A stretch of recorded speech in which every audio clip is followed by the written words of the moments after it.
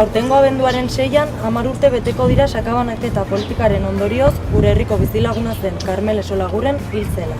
Ez zen ezbehar soil bat izan, euskal presoen kontra diseinatutako dispertsio politikaren ondoria baizik.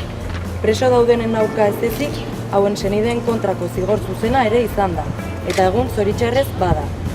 Ehunka izan dira dispertsioaren ondorioz izandako istripuak. Osotara 16 hildako eta horien artean gure bizilaguna Karmele. Azken urteetan, gatazka politikoak ondorio ezberdinak ekarri ditu Barañainera, eta Karmeleren heriotza izan da gure herriko orrialde beltzenak bete dituena.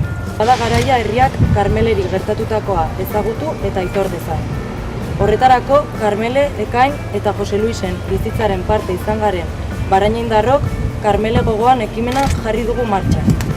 Konponbide garaia da, eta bide horretan pausu garrantzitsuak ematen ari dira gure herrian bizi den gatazka politikoari bengoiz irtenbidea emateko. Hala ere, dispertsioak bere horretan dirau. Zehazki, herriko presoak diren Luis Goñi eta Xabi Sagardoi 1200 kilometrotara urrunduta aurkitzen dira urrenez urren. Karmeleri gertatutakoaren aitortza eta horrelako gertakaririk berriro gerta ez dadin, dispertsioarekin amaitzeko konpromiso erreala.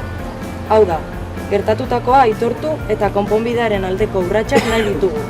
Herriak gertatutakoa ezagutu behar du eta bere memoria eraiki. Ez baitago aurrera egiterik gertatutakoari so egin gabe. Gatazka politikoak ondorio latzak ekarri ditu. Ezin ukatu hausnarketa sakona egin beharra dagoela oraindik orain alor honetan. Horregatik, Barañaindik gure ekarpen txikia egin nahi dugu oraingoan. Eta ekarpen hori Karmeleri gertatutakoaren aitortzatik abiatzen da. Datozen hilabeteotan ekimen ezberdinak burutuko ditugu.